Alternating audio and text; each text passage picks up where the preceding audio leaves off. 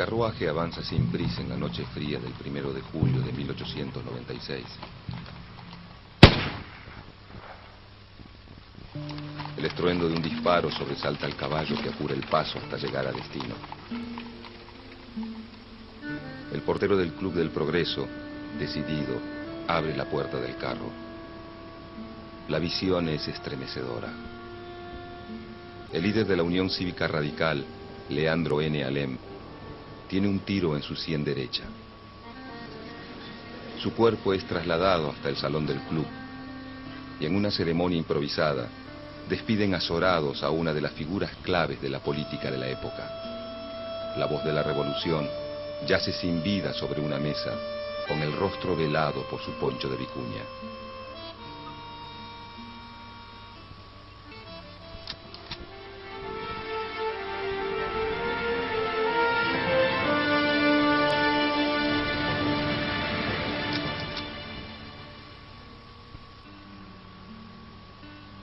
Desde 1880, gobierna la Argentina el PAN, Partido Autonomista Nacional. Primero bajo el mandato de Julio Argentino Roca y luego de Miguel Juárez Celman. El fraude es el mecanismo usual en las elecciones. En todo el país, pero sobre todo en el litoral, las transformaciones sociales producto de la inmigración masiva se hacen cada vez más notorias.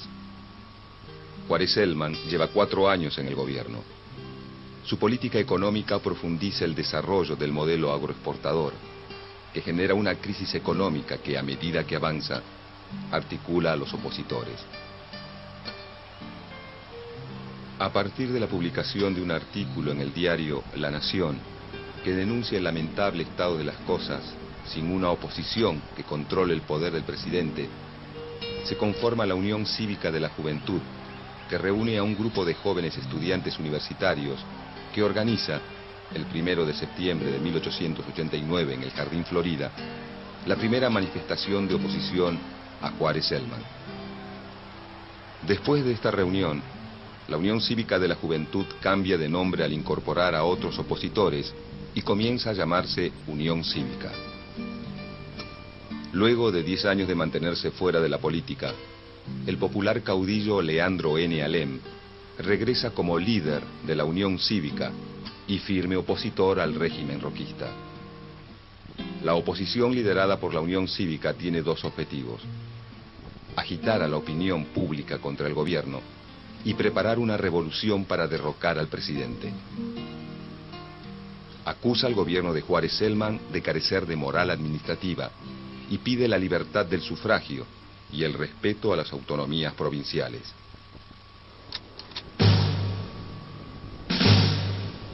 El 26 de julio, en el Parque de Artillería, el general Manuel J. Campos, que está ligado a la Unión Cívica y tiene a su mando a 50 militares del batallón de ingenieros, recibe a Alem en plena madrugada. Leandro N. Alem será el jefe de los civiles, mientras que el general Campos será el jefe militar de la revolución. En pocas horas se suman 400 civiles y más de 1000 uniformados que inician el alzamiento conocido como la Revolución del 90. El presidente Juárez Celman se dirige hacia el cuartel de retiro, donde se concentran los hombres del ejército y la policía leales al gobierno.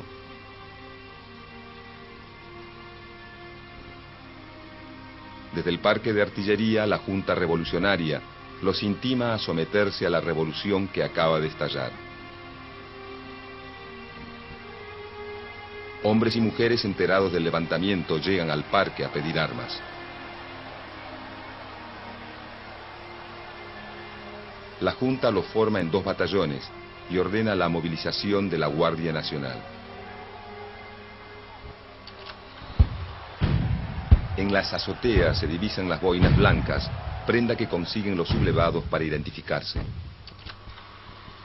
En el cuartel de retiro, el presidente, los ministros, el vicepresidente Carlos Pellegrini y el general Julio Argentino Roca, a cargo de la defensa de la Casa de Gobierno, decretan el estado de sitio, la movilización de la Guardia Nacional y deciden el alejamiento del presidente al interior del país.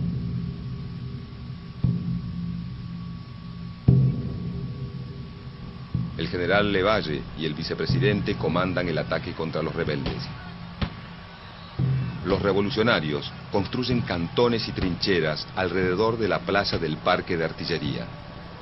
A las 9 de la mañana comienzan los enfrentamientos. Varios uniformados de la fuerza policial son acribillados. Desde Talcahuano, los revolucionarios apostados en los cantones atacan al regimiento 11 de caballería. La bocacalle queda cubierta de muertos y heridos y más de 50 caballos destrozados. El general Levalle, que avanza por Cerrito, es emboscado desde los techos de la Intendencia Municipal y se da en retirada.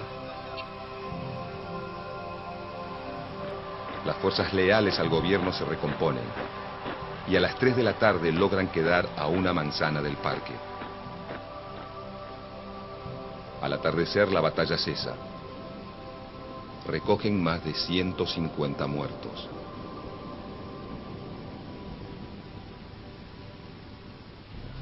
Por la mañana se reinician los ataques y las fuerzas revolucionarias deben replegarse dentro del parque.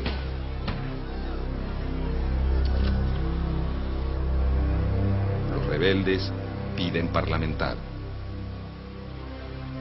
Aristóbulo del Valle se reúne con el vicepresidente Carlos Pellegrini y le solicita un armisticio de 24 horas para enterrar a los muertos y atender a los heridos.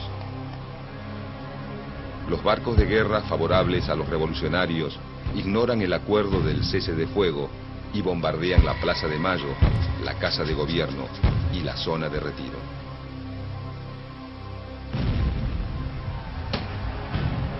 A las 5 de la tarde se reanudan los combates en la zona del parque. Las fuerzas revolucionarias comienzan a debilitarse. Leandro N. Alem y Aristóbulo del Valle, ante la falta de municiones, pactan con las autoridades los términos de la rendición. La revolución ha concluido.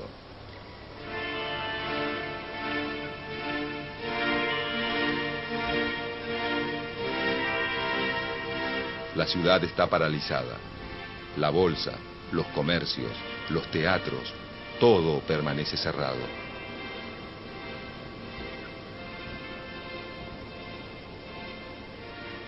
Guariselman, sin el apoyo de su propio partido, presenta la renuncia el 6 de agosto de 1890.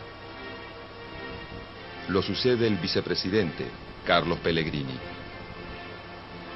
Julio Argentino Roca, apodado El Zorro, es nombrado ministro del Interior. Desde su nuevo cargo, comienza a reconstruir su liderazgo en el Partido Autonomista Nacional.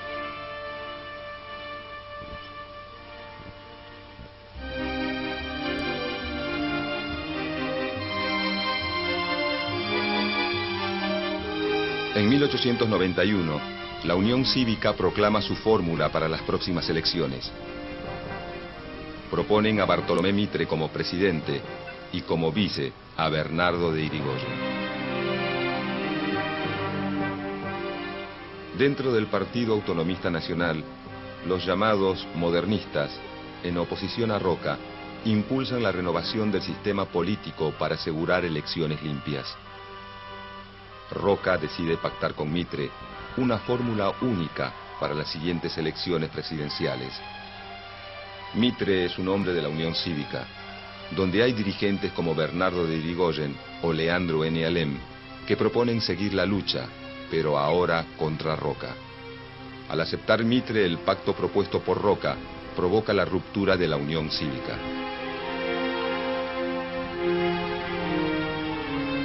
Sus seguidores forman la Unión Cívica Nacional, mientras que Leandro N. Alem y Bernardo de Irigoyen crean la Unión Cívica Radical.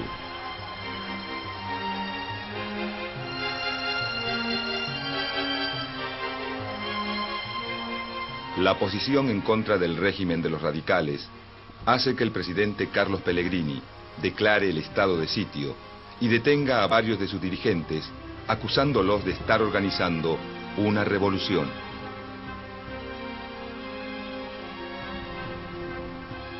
La Unión Cívica Radical manifiesta la abstención en los comicios presidenciales. Roca, luego de pactar con Mitre, levanta la candidatura de Luis Sáenz Peña y José Evaristo Uriburu, que con fraude ganan las elecciones.